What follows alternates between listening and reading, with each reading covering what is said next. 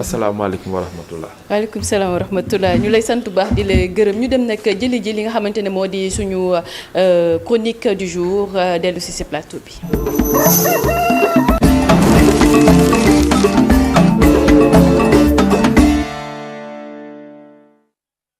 si plateau bokk na si li ñu nar a waxtaanee ak sama naataango di Papa Amadou ñu dooree ko ak élection municipale et départementale avec le FDR qui crie déjà au hold-up. waaw Sophie, Sénégal dafa am calendrier li ñuy wax calendrier républicain. calendrier républicain mooy bu élection waree am élection bu ci war a am nañ ko def ca jot ba ca waxtu ba. te gis nga le respect du calendrier républicain dafa nekk loo xam ni kenn waru ko foowee dans un système nguur yi fi jaar yëpp seen ay opposants dañ doon wax naan nañu respecter le calendrier républicain respecter ko mooy ñu bañ toxal benn élection. léegi nag tolluwaay bi nga xam ni waa FDR taxaw nañu daal di poñe ñi nga xam ne ñooy Sénat parce que Sénat mooy kuréel gi nga xam ni moom mooy organiser élection yi mais kuréel googu moom mënul jóg tant que président Bassirou Diomaye Faye génnewul décret. daal di convoqué pour la révision exceptionnelle des listes électorales tant que loolu président Bassirou Diomaye Faye publié décret boobu ñëpp seen loxo day tënku kon nag FDR li ñu wax effectivement dafay bokk ci li nga xam ni day nekk ci respect wu processus électoral bi mooy respect du calendrier républicain te kooku nag nga fare ci kujje gi nga fare ci nguur gi nga nekk société civile ñun ñëpp dañu war a ànd ak lu mënti xew ñu respecter le calendrier républicain le calendrier des élections donc dans cette perspective vraiment on attend avec impatience le décret à moins que mu am leneen loo xam ne état bi nar na ko ci élection yi ñu jëm parce que tamit yàlla na xel dee mais ñu ngi naan dañuy bëgg coupler législative yi ak locales yi te coupler législative yi ak locales yi mooy tas assemblée nationale donc est-ce que président Bassirou Diomaye Faye taxawul actuellement pour tas assemblée nationale coupler élection yi boole ko moo tax ba léegi décret bi génnagul donc ala xam rek on ne sait pas maintenant nag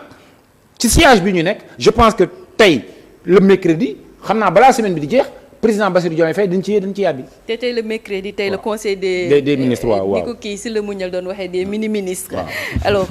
beneen ponk d'ailleurs c'est une bonne transition d'ailleurs pour parler de cette visite croisée du premier ministre et du président de la République. waaw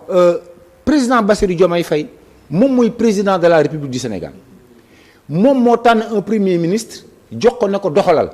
lan la premier ministre di doxal sama gis-gis ngay doxal parce que charte ci réew mi. ci article fanweer ak juróom mooy l'article 35 dafa ni président de la république moom mooy xool yoon bi nga xam ne fa la ñu war a joxal politique nation bi ba pare mu jox ko nag premier ministre ne ko doxalal ma sama gis-gis kon tey bu ma déggee ñu naan premier ministre mu ngi def nii président mu ngi def nii kon nit ñi dañuy xamul parce que réeréewuñu li Ousmane Sonko di def bu Ousmane Sonko du président de la république président moo ne ko lii mooy sama vision pour doxal Sénégal gouvernement la jox naa la ko doxalal donc day appliquer la vision du président de la république maintenant que premier ministre jóg dem di ci ay tournée ah kañ lu baax la ci réew mi que président jóg di def ay visite lu baax la ci réew mi c'est-à-dire action combinée yooyu parce que li ñu naan président ak premier ministre dañu war a ànd loolu gëm naa ni sax du ñongal affaire bi li ñong mooy bu Bassirou Diomaye Faye jaaree à l'est Ousmane Sonko jaar à l'ouest bu président Diomaye demee au nord au sud ñoom ñaar bu ñu boolee nag ba def bilan ki ñu ko jaar naa fi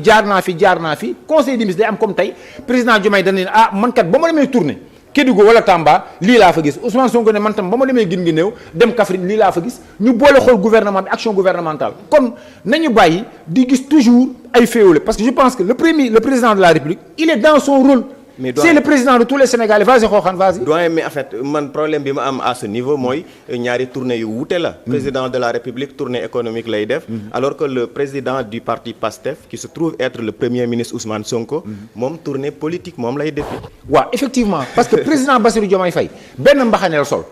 moom du njiitu parti bien que am na sax benn mbootaayam tuuti Diomaye président waaw donc wax dëgg yàlla mais amul parti kenn mënul ni Diomaye chef de parti la.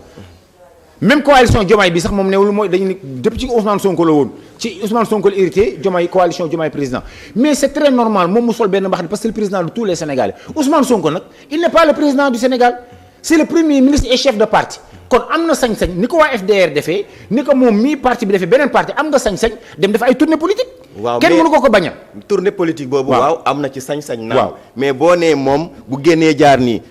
président génn jaar nii bu ñu dajee ku nekk ne man lii laa gis te fekk ñoom seen jubluwaay yi du benn loolu ça pose problème benn jubluwaay la parce que benn jubluwaay la parce que def cette sorte si la xam nga le premier ministre quand il fait une tournée def na ay tournée économique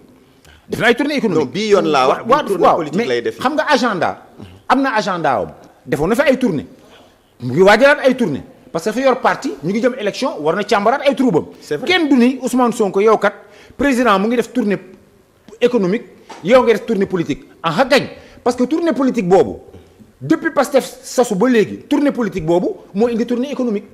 bu Diomaye deful woon tournée politique ca ba muy nekk opposant ba ñëw taxaw ci lay taw kon tey kenn du wax Diomaye président kon nag tournée économique gu Ousmane tournée politique gu Ousmane Sonko yooyu avantage du président Diomaye parce que day am stabilité politique parce que Diomaye mu ngi tirer sa crédibilité politique de la puissance politique de son premier ministre parce que premier ministre moo ñu ko won moo ñu ko joxoon Sénégalais yi fal ko ba tey ci keppaaru chapiteau politique gu Ousmane Sonko le président Diomaye nekk kon tey si le Pastef est faible le président Diomaye est faible si le Pastef est fort le président Diomaye est fort donc actuellement ni il faut am benn synchronisation ça n'enlève en rien que les missions yi nga xam ne président de la République jox na ko Ousmane Sonko mu ngi koy doxal mais tamit on ne lui refuse pas en tant que chef de parti jóg nag xool ay militants jéem a doxal. mais am na tamit lu Macky Sall waxoon muy réduire l'opposition à sa plus simple expression naam ñi nga xamante ne ñoo nekk ci nguur gi waxuñu ko mais est-ce que doxalin bi nekkul ne lu ni mel parce que bu fekkee ne Diomaye jaaree na nële Ousmane Sonko également jaaree nële kon kujje gi également fan la ñuy jaar. waa kujje gi. te ñoom seen volonté dafa nekk ne régner jusqu'à 50 ans. waaw mais. bu leen neex sax ñu ni 100 ans. am nañ ci droit. waa léegi Sénégal kenn moomu ko.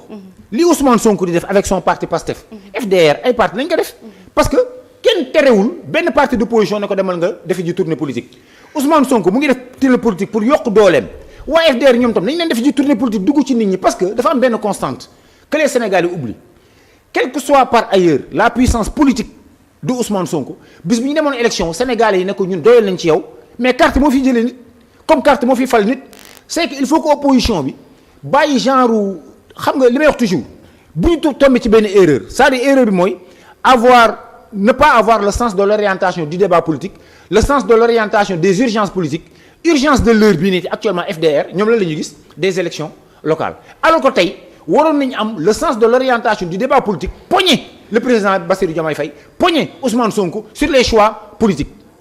mais tey boo xoolee ñu ngi wax dette cachée ñu wax ay emprunts yi Sénégal di def chômage xale yi suñu produit pétrolier pêche bi njàng mi. ak division mais yëpp ci biir ñoom tey opposition bi. le pouvoir leur offre. surtout ça le pouvoir actuellement offre à l'opposition beaucoup d'outils de réaction mais malheureusement dañ ko fa teg dem dugg ci benn chapitre boo xam ne non respect du calendrier électoral kañ baax na mais à côté du respect boo toogee fi di jooy naan wéy nañu respecter calendrier bi nañ dem élection waa ji naan la ok d'accord moom mu ngi wuti ji ay nit opposition bi nañ dem wuti ji ay nit teg débat bi poñe président poñe premier ministre ñu am un débat sur les sujets qui intéressent les Sénégalais naam élection baax na waaye tey ñi am cancer di faju baykat yi war a jaay seen gerte xale yi nekk université diggu dóomu yi grève ba ñu reporter composition yi ñi nga xam ne ñu ngi feebar bëgg faju chômage jeunes yi suñu choix wu pétrole leb bi nga xam ne nguur gi 3 mois yu nekk mu leb ce sont des questions yoo xam ne intéressé nañu Sénégalais yi donc question yooyu war nañu mën a taxaw opposition bi ñëw taxaw jàmmaaru laa coog nguur gi ne ko si lii ngeen wax d'accord ci institut Sénégalais yi ne kat opposition bi ñu ngi leen di jàppale waaye nag li ñu gis mooy actuellement ay problème politique élection na am au moment où kële moom mu ngi wuti ji ay nit. d'accord am na solo léegi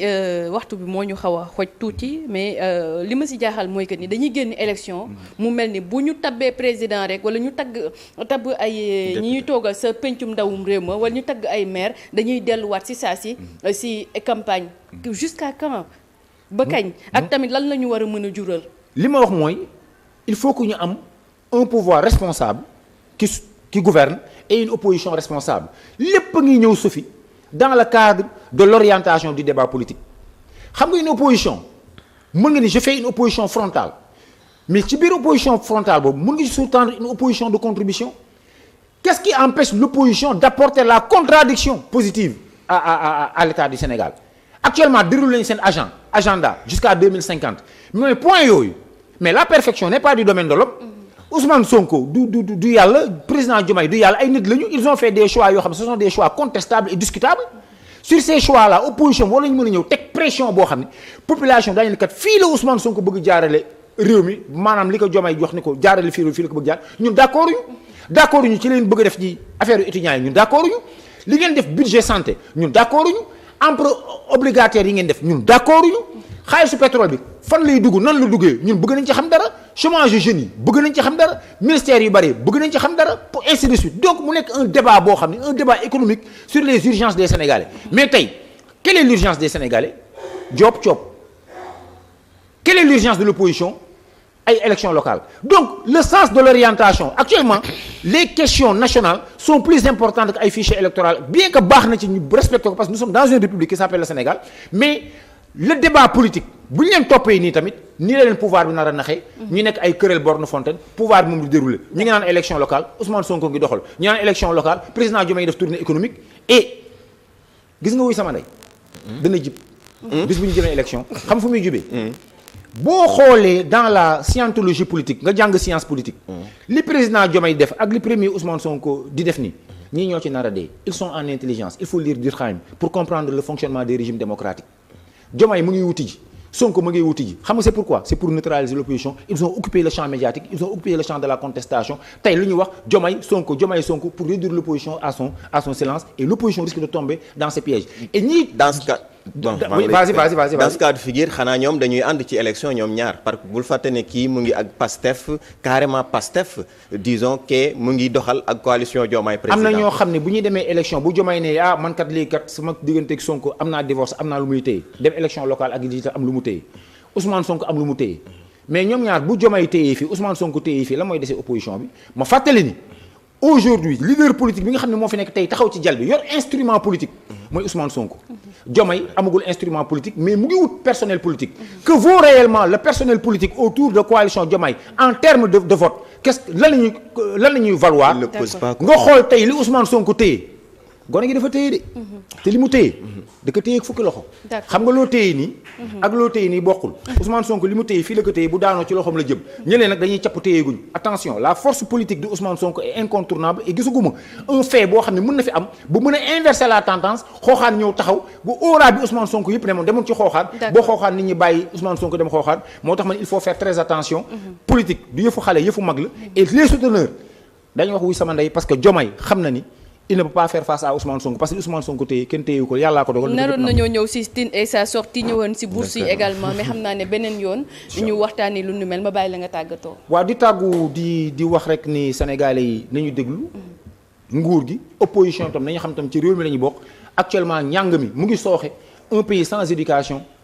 vraiment du dem. te njàng mi il faut que gouvernement bi jóg taxaw wax ak syndicats yi ñu jéem a xool saafara parce que ba léegi fii Sénégal ñu ngi ci mois de février ñu ngi jëm mars xale yi compo guñu donc ay problème lañu donc di appeler l'opposition di appeler le pouvoir de même que l'opposition nañu dugal seen sur le débat politique c'est ça qui nous intéresse. Très rapidement la question de l'école. nguur gi dugal ci syndicats yi dugal ci. xale yi mën a compo affaire yi mën a dal. université mën a dal Sénégal jëm kanam. ñu lay sant baax di la gërëm di sant ñi nga xamante ñoom laa si àndaloon depuis ce matin Seydina Oumar Ba naam nekk fi